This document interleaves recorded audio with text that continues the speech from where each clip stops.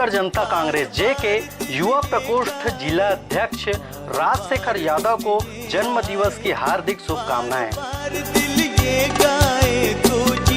हजारों साल ये मेरी है आरज़ू।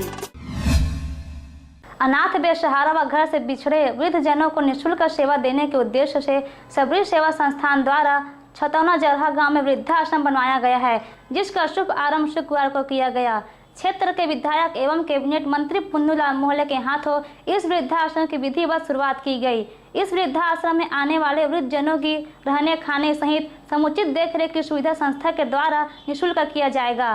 साथ ही वृद्धाश्रम के संचालन हेतु समाज कल्याण विभाग द्वारा संस्था को अनुदान दिया जाएगा। इस शुभारंभ अवसर पर जिले के अपर कलेक्टर राजेश नरसिंह ने समाज कल्याण विभाग के उप संचालन अरविंद सोनी, भाजपा मंडल के कार्यकर्ताओं सहित बड़ी संख्या में ग्रामीण उपस्थित रहे।